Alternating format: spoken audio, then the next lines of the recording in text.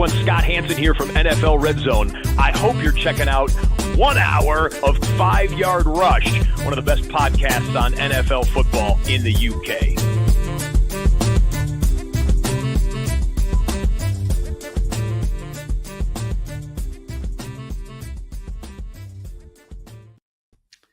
Good evening, Rush Nation. We are back. We are back with another matchup show. And this one is, again, just looking at week 5. First set of buys, 4 teams on bye, 2 less games to cover. So there's 8 games in the Thursday night slate, which is tonight. The London game, which I'll be at. If you're there, drop me a message. Hopefully we can see each other.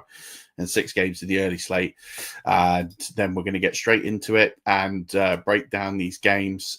First one tonight is the Rams versus the 49ers. The points total for this is the Rams favored by 8.5 with an over-under 43.5. And I think this is all down to all the injuries. There is no Purdy. There is no Jennings, no Pearsall. It's just going to be a lot of CMC, Mac Jones, and things are just going to get very, very weird. On the other hand, the Rams are in a good spot and going to be fiercely competitive, and you would expect them to win this one. 8.5 feels very strong, but again, that's kind of telling you what we're expecting here from the teams getting forward into this one. So it should be one-way traffic, but expect CMC to have a big game. As for everybody else, you're kind of scrambling to see maybe there'll be some Jake Tons in here, and then we'll try and break down who we're going to get a receiver. So I've gone for Matt Stafford as my QB 13 this week and Mac Jones as my QB 27 on the week. In terms of the running backs here, Christian McCaffrey is, of course, my running back 1. Kyrie Williams is at 11. I think some of the upside, if they do blow this out, might get capped. And it might go to Blake Corum, who I have at 42. And I think Brian Robinson Jr. will be involved in the receiving game. He's running back 45. Don't want to start him or play him, but in a very, very deep league, I would consider it. As for the receivers, I have Puka Nacua at 1, Devontae Adams at 6. The highest San Francisco receiver I have is Demarcus Robinson at 52. Then I have Kendrick Bourne at 55, and I have Marquez Valdes-Scantling at 59. If I'm honest, I'm guessing. Like, there isn't any real contextual evidence for who is going to be getting the ball here out of these 3 guys. They're all signed recently this season. Robinson missed time because of a ban, so it's going to be tough. It's going to be hot hand. Who makes plays and who's going to get there? MVS is kind of one of those sneaky plays that if you're in a real desperation hope, he's got the crazy upside that could just sort of power you. As we saw at times last season. So he's the kind of your throw-in here if you're looking for a desperation play. As for the tight ends, I do have Jake Tongs at 21 this week, which is a bit low considering there's not many pass catchers, but I'm just not sure which way Mac Jones is going to go. It's going to be interesting, and you don't need to worry about the Rams tight end. I do have the Rams as my DST8 and the San Francisco 49ers as my DST 18 this week. Moving on to the Cleveland Browns, who have a new quarterback this week. It is Dylan Gabriel. They have benched Joe Flacco.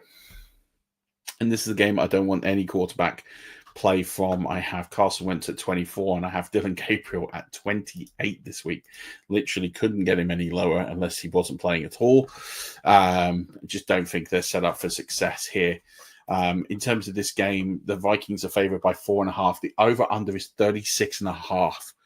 I mean, it's been a while since I've seen a 36.5 point total, and I think with London, this could really be a 20-16 game. That's what we're predicting here is a 20-16 game, and that looks like that could happen. So it is a low scoring fantasy game. There's not many on the lineup you're going to want in here. One player you are going to want here, or 2, are the running backs. Quinton Judkins I have at 13, Jordan Mason at 18.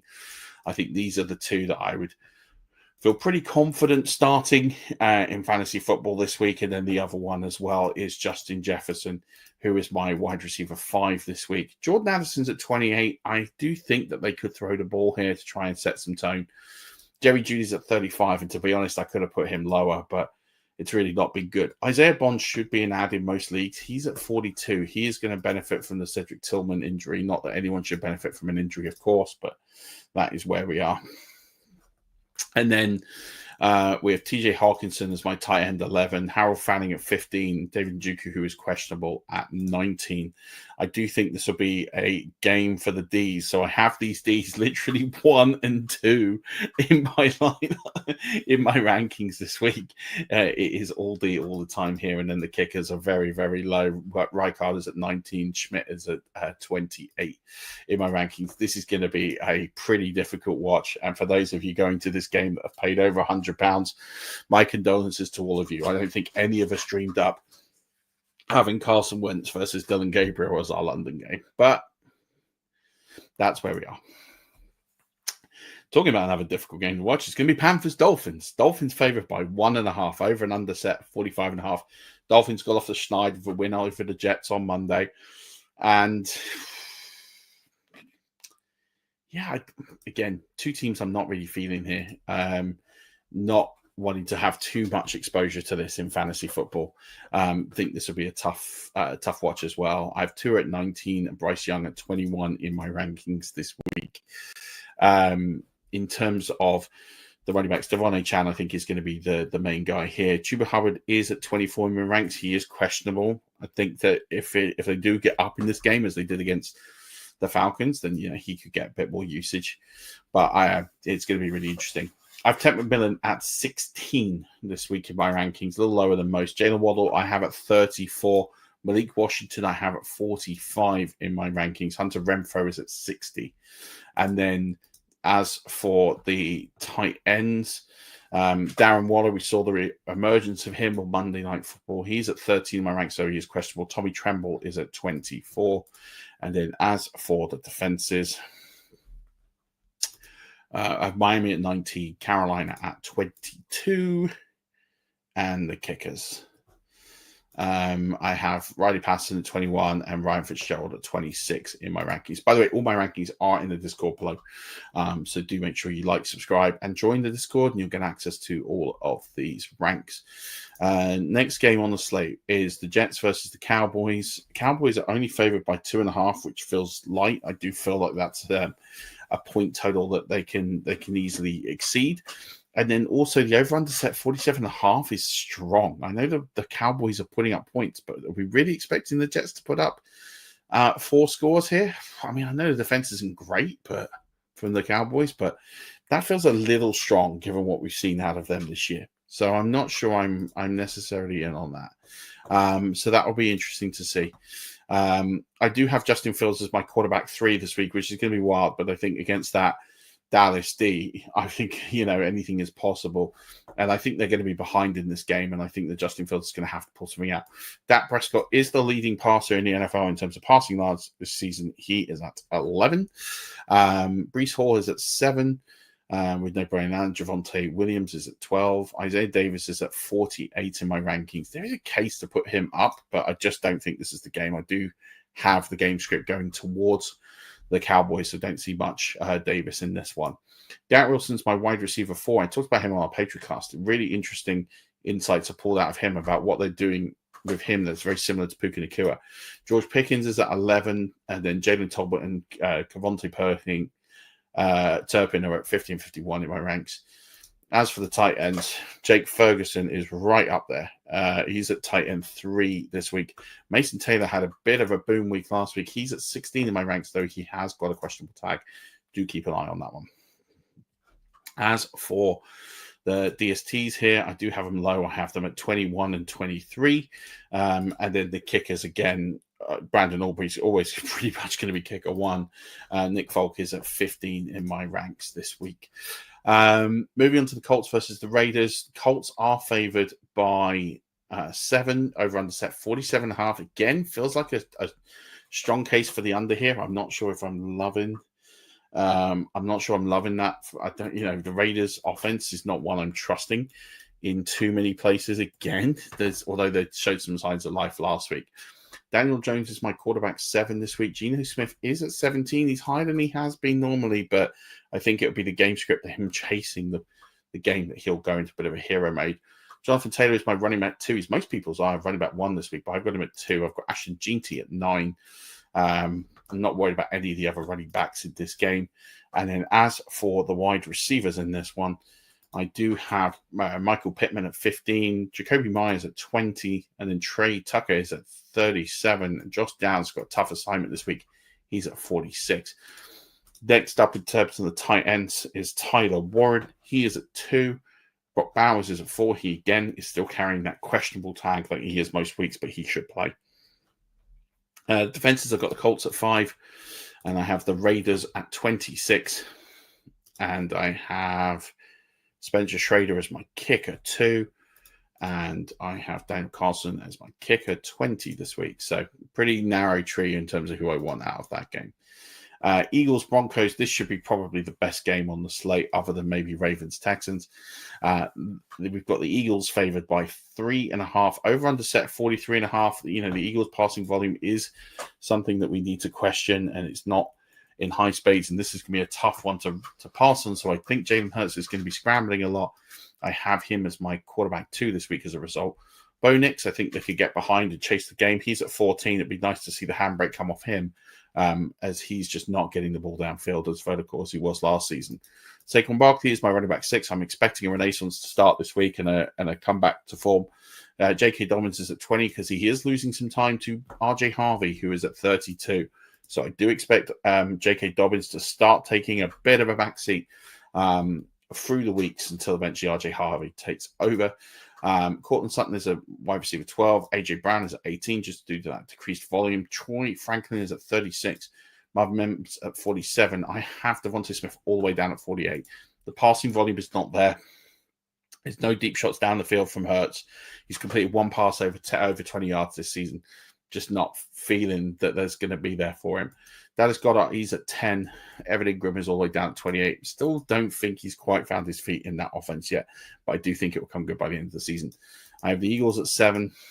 I have the Broncos at 14 as my DSTs this week.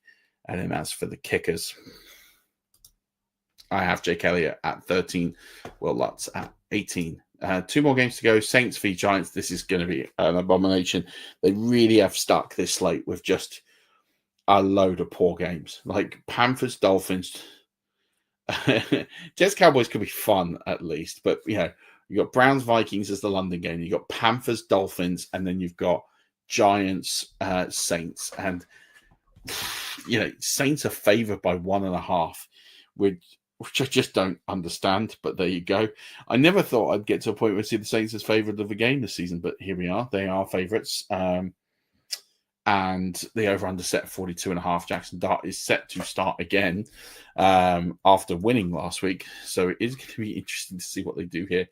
But I'm just, again, I don't think this is going to be a game that you want to be chasing many fantasy points in. We've got Jackson Dart at 15. We've got Spencer Rattler at 22. I'm being kind to Spencer Rattler, putting him at 22. Let me tell you that for free. As for the running backs, Cam Scatterbo is at 14. Alvin Kamara is at 17. Kendra Miller at 38. Singletary at 46. As for the wide receivers, no Malik Neighbors, of course. So Chris Olave is my highest receiver. He's at 22. Wandale Robinson's at 27. Darius Slayton's at 30. I think this is a good matchup for him to exploit. Rashid Shaheed is at 38. And then as for the tight ends, Juwan Johnson's at 6. He does have a questionable tag. Thea Johnson is at 17. And then the Saints are at 12. New York are at 17. And again, I just think that the Saints will get turnovers on Jackson Dart. Not that I think they'll win the game. Blake Grupe's at 23. And Jude Tadabe is the kicker this week for New York. Different kicker, different week. He's at 27 this week because I just literally don't know anything about him. So that'll be interesting. And then lastly, we've got Ravens Texans. Should be a decent game. Texans favored by 1.5. Over under set at 40.5. This game will really determine if the Ravens are in contention for anything this season or if their season is over.